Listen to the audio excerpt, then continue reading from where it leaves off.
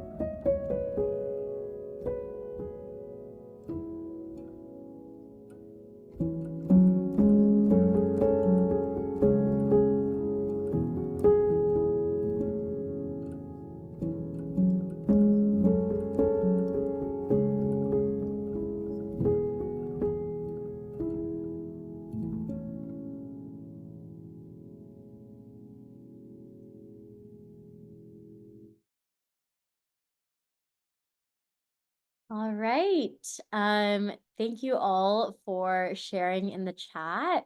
I feel like I find I love just talking to you all. I feel like a lot of us kind of have something similar where maybe it's, something that we put on ourselves each day that gives us that boost of confidence, or whether it be doing something where we're prioritizing our wellness a little bit more. There's so many things that we often maybe put to the side. But now that we've figured out what that is, we've put it in our schedule, it's on our mind, it's top of mind. We will go ahead and do it. So I'm excited. Thank you for participating in this activity. We will now move on to, oops, sorry, I went way too far. A letter to my younger self. So everyone turn to page 15 of your journals. And this is where we're going to write our letters to our younger self. And sometimes we do this at Silk and Sonder. We do this every so often. And I want us to frame kind of, this letter. Of course, oftentimes we get overwhelmed by emotions, and I know it's sometimes hard not to get emotional. But really think about kind of this prompt. So on page 15, it says, reflect on the moments when you felt most true to who you are. What advice, encouragement, or wisdom would you offer your younger self about embracing their authenticity? Share how you've grown and what you've learned about being your most genuine self. I think when I think about my younger self, she was so confident.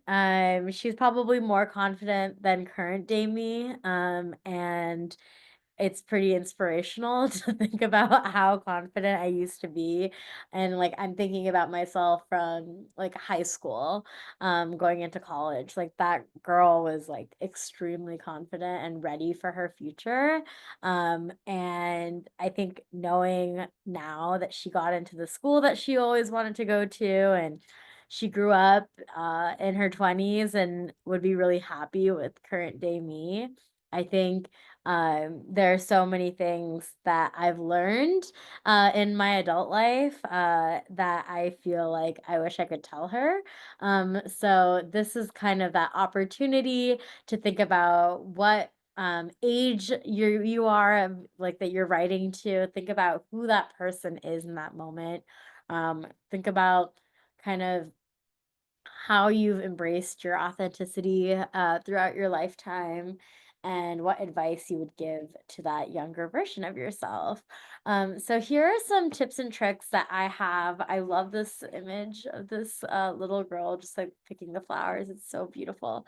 But really thinking about opening with love, really addressing that younger self, and making sure that you're kind of almost like giving your younger self a hug, and then thinking about key moments or times in your life where you've maybe felt disconnected, but how did you kind of get back to who you are.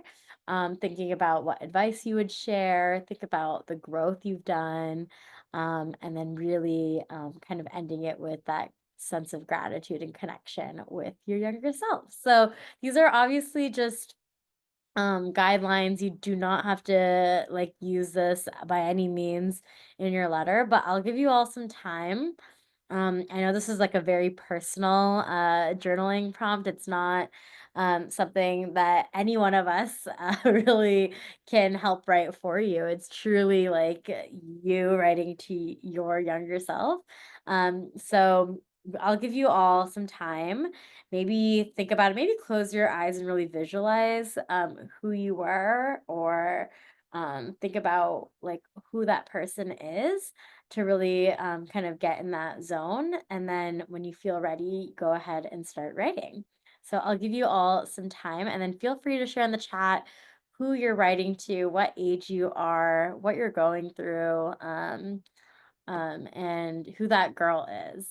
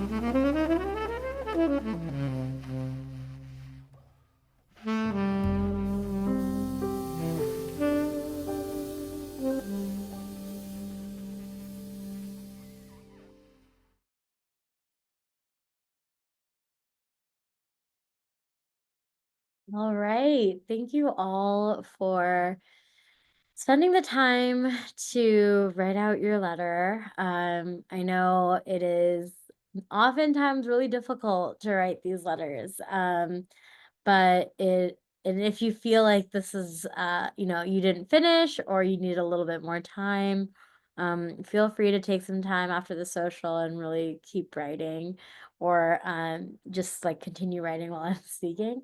But I really commend you for writing these letters. I think it's not easy to do, but also looking at it from a lens of authenticity and how you have navigated through different obstacles in your life and really become the person that you are today through those obstacles because you were true to yourself is something that is really commendable. So, thank you all for reflecting, for writing it down, for acknowledging it. And As Jennifer said in the chat, give that younger version of yourself a big hug and whisper some words in her ear. Because without her, you wouldn't be where you are today. So, also just kind of letting her know that, even though she's going to go through some things, she'll be right. She'll be okay. She'll be fine. She's here. With that, we can all move forward. Take a deep breath. Maybe roll your shoulders back a little. Take a deep breath. Okay, now we're gonna do something a little bit less emotional, and we are going to do something more fun, which is the noticing nature game. I know for these types of activities, it's always kind of funny because technically we're on a laptop, we're not necessarily out in nature, but you can also use this as inspiration for when you are in nature, if you want to do it in nature, or maybe take your laptop outside or take your phone outside and sit outside while you do this. Or you can look out of a window. Exactly. The options are endless. I currently live in downtown San Francisco, so there's not much nature around me, unfortunately. But there's a lot of parks in San Francisco, and when I was thinking about uh, the like what I wanted to draw and what I wanted to reflect on, it was these tulips that grow outside this windmill. They have these two windmills in Golden Gate Park, right by the ocean, and they have these beautiful tulip gardens in front. And I love all the pretty flowers. It's really pretty. It kind of reminds me of my trip to Amsterdam that I took with my parents a couple years ago. And I know my mom's favorite flower is a tulip. This is the one that we're doing. Sorry, this is my old one that I've done before. um, but thinking about how tulips open and close, open with the sun and close up at night, I really like how it feels like the plant is alive because they are reacting to those stimuli, which makes it kind of fun. And then the scents I pick up are a light floral scent. As I was kind of in that nature, I was observing the birds chirping, the waves crashing from the Pacific Ocean, chatter from people around that are at the park. And then just the sounds of the San Francisco wind, which is it's always there, everlasting and ever present. And then I reflected on, oh, Gina, this is on page 19. I reflected on how tulips are different from other flowers because they kind of look fake to me because of how perfect they look sometimes. And I like the pink petals and the green leaves. And yeah, so that is kind of what I observed in my noticing nature game. And then I just wanted to show you my favorite flower. I've done this activity a couple months. Must have been over a year ago at this point. But I love dahlias. That is one of my favorite flowers. And I drew this one last time. This is a little bit better than this, admittedly, but I wanted to show you my other favorite flower that I liked. So I'll give you all some time to reflect, to notice, to draw, and let us know what you're drawing. What plant are you drawing? Um, I would love to know kind of what flower you choose, and I'll give you all some time to fill it out.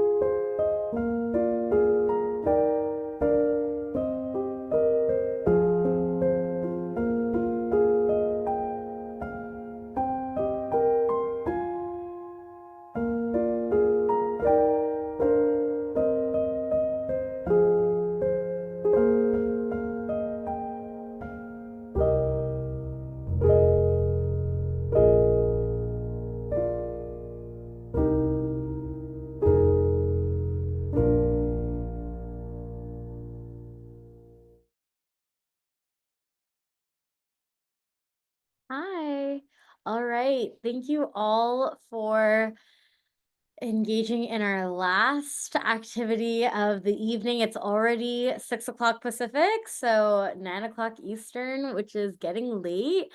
So thank you all for making the time for yourself on this midweek social. I know oftentimes Wednesdays get difficult.